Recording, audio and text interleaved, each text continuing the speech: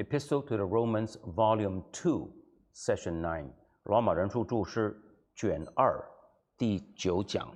我们继续讲上帝拣选的旨意，或者上帝拣选人的旨意。第9章第11节到。我们上一讲了，读了一些的经文，看到拣选这个字，特别是动词 elect， 在新约圣经最常出现的时候，是指上帝拣选人得救的。The verb to elect occurs frequently in Paul。拣选这个动词常常在保罗书信出现的 ，and probably Ephesians 1:4 is the only directly relevant passage where it refers unmistakably to soteric election。那么以弗所书第1章第4节可能是最直接相关的一节的经文，毫无疑问的是在讲上帝救赎性的拣选的。以弗所书第1章第4节，就如上帝从创立世界以前，在基督里拣选了我们，使我们在他面前成为圣洁，无有瑕疵。Also referred to Mark 13:20 and James 2:5。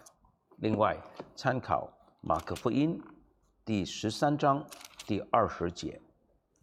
第13章20节，若不是主减少那日子，凡有血气的，总没有一个得救的，只是为主的选民，他将那日子减少了。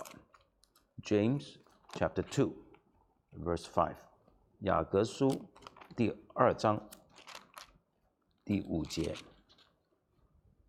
我亲爱的弟兄们，请听，上帝岂不是拣选了世上的贫穷人，叫他们在信上富足等等。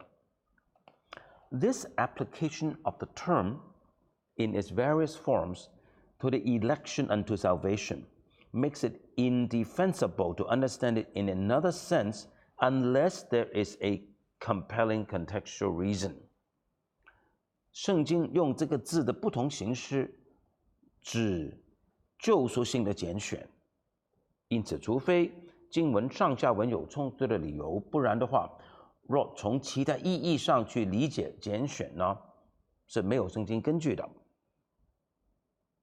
There is secondly the term purpose。 上帝拣选的旨意的第二个要考虑的词汇就是旨意这个词汇。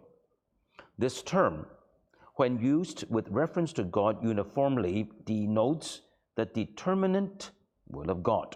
旨意若是指上帝的旨意，统一的是指上帝所决定的，换言之，上帝所预定的旨意的。Romans 8:28， 罗马书第8章第28节。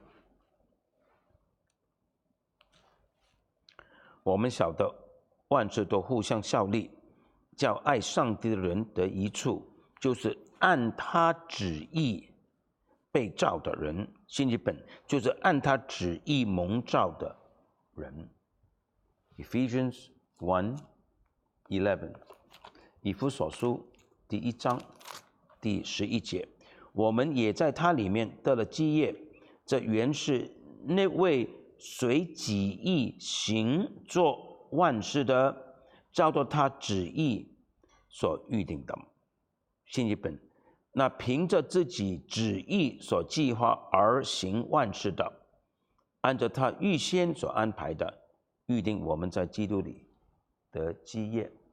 Ephesians 3:11， 以弗所书第3章第11节，这是照上帝从万事以前，在我们主基督耶稣里所定的旨意。新译本，这都是照着上帝在我们主基督耶稣里所成就的永恒的旨意。2 Timothy 1:9， 提摩太后书第1章第9节，上帝救了我们，以圣召召我们，不是按我们的行为，乃是按他的旨意和恩典。这恩典是万古之先在基督耶稣里赐给我们的。新译本，上帝救了我们，以圣召呼召我们，不是按照我们的行为，却是按照他自己的计划。计划就是这个 purpose 旨意这个字啊，和恩典。这恩典是在永世之先，在基督耶稣里赐给了我们的。Thus, the whole expression means nothing less than the determinate will of God in election, and all that is involved in the expression is confirmed by the verb of which it is the subject might stand. 因此，整个的表述就是上帝拣选的旨意的意思，就是上帝在拣选上所决定了的旨意，而这个表述所有所牵涉到的，都由这个动词所证实，就是罗马书第9章第11节这里的动词就是被坚定，为了坚定他拣选的旨意的。Number 2， 第二方面的资料。The thesis that Paul is dealing merely with, the thesis that Paul is dealing merely with the election of Israel collectively and applying the clause in question only to this feature of redemptive history would not meet the precise situation. 若认为保罗只是论到以色列民族被拣选而已，这个论点和把这个从句只用在救赎历史上以色列民族被拣选这个论点呢，是并不能够应付保罗在这里所面对的情况的。The question posed for the apostle is， 保罗所面对的问题是 How can the covenant promise of God be regarded as inviolate? When the mass of those who belong to Israel, who are comprised in the elect nation in terms of the Old Testament passages cited above, have remained in unbelief and come short of the covenant promises. 这个问题是，当这么多的被拣选的民族的成员持续不信，不实现约里所应许的，那么怎能认为上帝约里面的应许是不会废弃的呢？ His answer would fail if it were simply an appeal to the collective, inclusive, theocratic election of Israel. 保罗的回答若只是诉诸于以色列神子国家的群体性的被拣选的话，那他的答案是必然失败的。Such a reply would be no more than appeal to the fact that his kinsmen were Israelites, and thus no more than a statement of the fact which, in view of their unbelief, created a problem. 这样的回答呢，只不过诉诸于他的同胞是以色列人这个事实的，只不过说出一个事实就是，而恰恰就是这个事实，从不幸的角度来看，造成了保罗要面对的问题的。Paul's answer is not the collective Israel, election of Israel. 保罗的回答不是以色列群体的被拣选了 ，but rather they are not all Israel who are of Israel. 保罗的回答乃是说，出于以色列的人不都是以色列人。And this means, in terms of the stage of discussion at which we have now arrived, they are not all elect who are of elect Israel. 从我们讨论到了这个地步，从这一点来看，保罗的意思就是说，那些属于被拣选的以色列民的人不都是被拣选的。As we found above， 正如我们在上文看过 ，there is a distinction between Israel and the true Israel, between children and true children, between the seed and the true seed. 以色列与真以色列，子孙和真子孙，后裔和真后裔是有区别的。In such a distinction resides Paul's answer to Israel's unbelief. 保罗面对以色列人的不信，这个问题所提出的回答就是做出这样的区别。So now, the same kind of distinction must be carried through to the problem as it pertains to the collective theocratic election of Israel. 因此，现在我们必须把这个区别用在神治的以色列群体蒙拣选这个问题上。In terms of debate, we are now considering 针对我们目前的辩论呢 we should have to distinguish between the elect of Israel and ethnic Israel. 我们就必须区别以色列的选民和以色列民族。The conclusion, therefore, is 因此我们的结论是 that when Paul says the purpose of God according to election, he is speaking of the electing purpose of God in a discriminating, differentiating sense that cannot apply to all who were embraced in the theocratic election. 当使徒保罗论到上帝拣选的旨意的时候呢，他是指上帝拣选人的一个计划，有一种分辨性的意思的。这个意思是不能用在神之国度每一个人的身上的。换言之 ，in other words, this is to say, the clause in question must have a restrictive sense equivalent to Israel as the distinguished from of Israel in verse 6. 我们必须从狭义来理解目前在讨论的从句，从第6节中的以色列和出于以色列加以区别是一样的。Number 3, 第3方面的资料的 third data. In Romans 11, 5 and 7, 在罗马书第11章第5节和第7节 the same term for election is again used. 保罗再次用拣选这个词的 a remnant according to the election of grace 11:5 11章第5节还有所留的余数，照着拣选的恩典，还有所留的余数 remnant. The election obtained it, and the rest were hardened. 11:7. 第7节，以色列人所求的，他们没有得着，唯有蒙拣选的得着了。新译本。蒙拣选的人倒得着了，其余的人都成为顽固的。The apostle is dealing with a remnant of ethnic Israel who had obtained the righteousness of faith. 使徒保罗这里所讨论的是那些得到信心之义，就是因信称义的那些属于以色列民族的这些的渔民。Hence the term remnant, and the election are those conceived of as possessors and heirs of salvation. 所以呢，渔民和被拣选是指那些得到救恩、成为救恩的后嗣的人。The election, therefore, is one that has saving associations and implications in the strictest sense. 因此，在这里。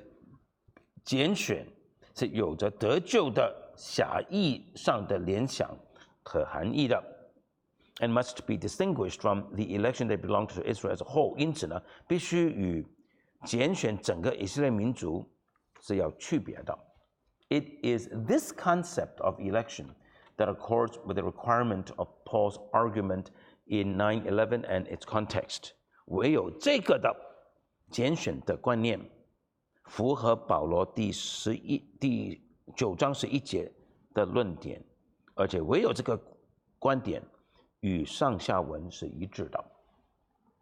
Since it appears without question in 11:5-7, we have this additional confirmation derived from Paul's own usage in the general context to which 9:11 belongs. 既然拣选毫无疑问的在第11章5到7节出现过，我们从保罗在第9章11节上下文的用词再次又得到证实了。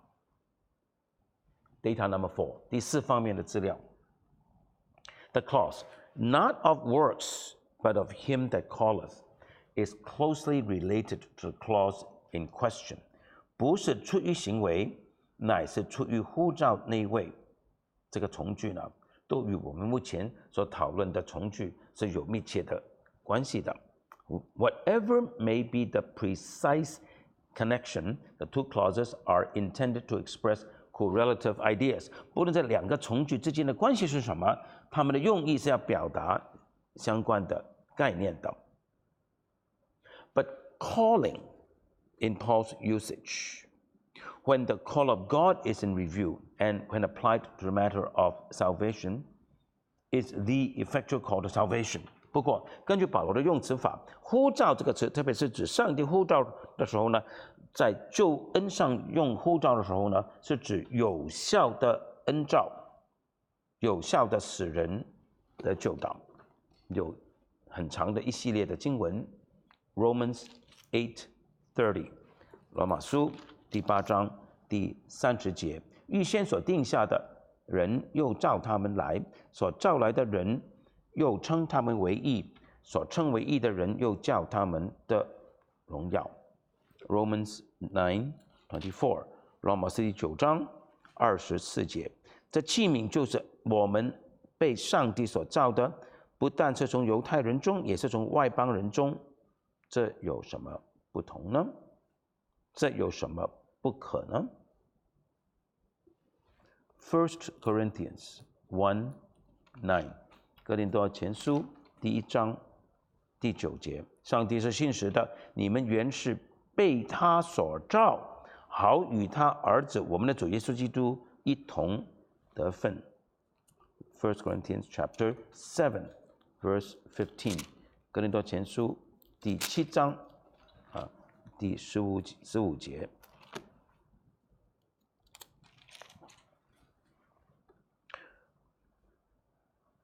上帝召我们，原是要我们和睦。Galatians 1:6，加拉太书第1章第6节。我希奇你们这么快离开那借着基督之恩召你们的，去跟从别的福音。And Galatians 1:15，加拉太书第1章15节。然而那把我从母腹里分别出来，又施恩召我的上帝。Galatians chapter 5 verse 8 and verse 13。加拉太书第5章8节和第13节。这样的劝导不是出于那召你们的。13节，弟兄们，你们蒙召是要得自由，只是不可将你们的自由当作放纵情欲的机会，总要用爱心互相服侍。Ephesians chapter 4 verse 1 and 4，以弗所书第4章第1节跟第4节，我为主被囚的劝你们，既然蒙召，行事为人就当与蒙召的恩相称。第4节，身体只有一个，圣灵只有一个，正如你们蒙召有同一个指望。Colossians 3 verse 15，哥罗西书第3章第15节，又要叫基督的平安在你们心里做主，你们也为此蒙召归为一体，且要存感谢的心。1 Thessalonians chapter 2。帖撒罗尼迦前书第2章 verse 12，第12节。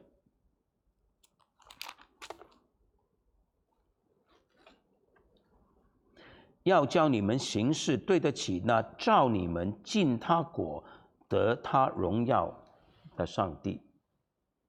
1 Thessalonians chapter 4 verse 7，帖前第4章第7节，上帝召我们，本不是要我们沾染污秽，乃是要我们成为圣洁。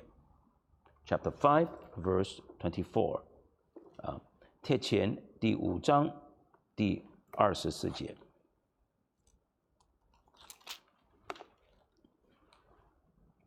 那照你们的本是信实的，他必成就这事。2 Thessalonians chapter 2, verse 14。帖撒罗尼迦后书2章14节。上帝借我们所传的福音，照你们到这地步，好得着我们主耶稣基督的荣光。1 Timothy chapter 6, verse 12。提摩太前书第6章第12节。你要为真道打那美好的仗，持定永生。你为此被召，也在许多见证人面前已经做了那美好的见证。2 Timothy 1:9， 提摩太后书第1章第9节。上帝救了我们，以圣召召我们，不是按我们的行为，乃是按他的旨意和恩典。这恩典是万古之先，在基督耶稣里赐给我们的。In the Pauline concept of God's call is to govern our exegesis, it must be given in this instance, 9:11, the definition that the whole evidence requires. 假如我们的解经要按照保罗的呼召观所掌控的话呢，那么罗马书第9章第11节这里的呼召的定义必须要根据一切经文的证据的。This is all the more necessary when it is conjoined with the negative not of works. 当我们与不是出于行为这些连接起来的话，就特别是必须的了。This stresses the freeness and sovereignty as well as the efficacy which are in such prominence elsewhere in connection with God's call. 因为它就是不是出于行为，强调上帝呼召的自由，上帝呼召的主权和上帝呼召的大能有效性。这与其他经文与上帝的呼召相关的时候，都是非常的显著的。Since therefore the clause that is correlative with that bearing on election has the strictly soteric import.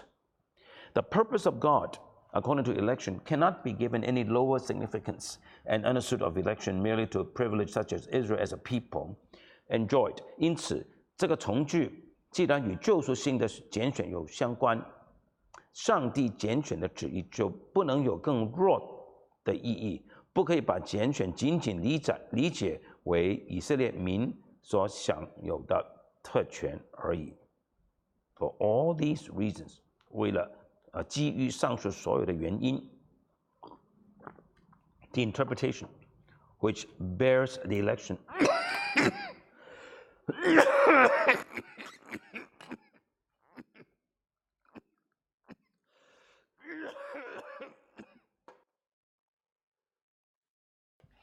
For all these reasons， 基于上述所有的原因 ，the interpretation which regards the election as the collective theocratic election of Israel as a people must be rejected.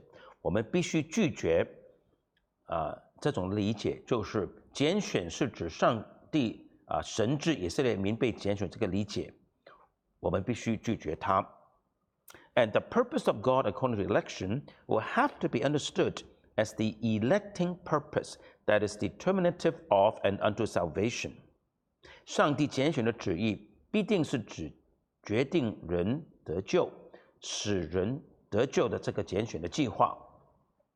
Equivalent to that which we find elsewhere， 就等于其他经文所说的。Refer to Romans 8:28 to 33, Ephesians 1:4, 1 Thessalonians 1:4, etc. 参考罗马书第8章28到33节，以弗所书第1章第4节，帖撒罗尼迦第1章第4节等等，我们就不读这些经文了。The second feature of this passage, verses 10 to 11, that needs to be considered is the clause not of works, but of him that calleth. 这段经文就是9章10到13节里面，我们必须考虑的第二个特点是第11节的，不是出于行为，乃是在乎呼召的那一位。The question is that of its relation to what immediately precedes. 问题是，这个与上文有什么关系？ It would appear that 从表面上来看 it may best be taken as an additional characterization of the electing purpose of God. 可能是被理解为对上帝拣选的旨意的另一种的描述 and emphasizes or confirms what is intrinsic to the purpose of God.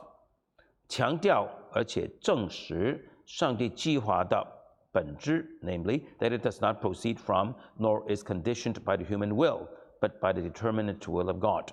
这个本质就是上帝拣选的计划呢，不源自人的旨意，不受人的意志的影响，而是完全出自上帝决定性的旨意的。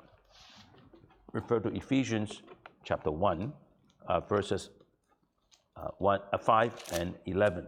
参考以弗所书第1章第5节和11节的。第5节，又因爱我们，就按着自己的意志所喜悦的，预定我们借着耶稣基督的儿子的名分。11节，我们也在他里面得了基业，这原是那位随己意行作万事的，照着他旨意所预定的。In order to express this negatively, no formula is more suited than not of works. 从负面上来表达的话呢，不是出于行为，是最为恰当了。And to express it affirmatively, no concept is more appropriate than that denoted by calling. 若要从正面表达的话呢，呼召那是最为恰当的。The sovereign initiative and agency of God are nowhere more in evidence than in a call. 上帝的呼召是最显著的显明他主权的主动的，他是当事者，他是呼召的那一位。God alone calls， 唯有上帝做呼召 ，and its definition derives no ingredient from human activity。呼召的定义一点都不牵涉到人的作为的。We see therefore how congruous is this amplificatory clause with what precedes, whether we take it more particularly with might stand or preferably with the electing purpose.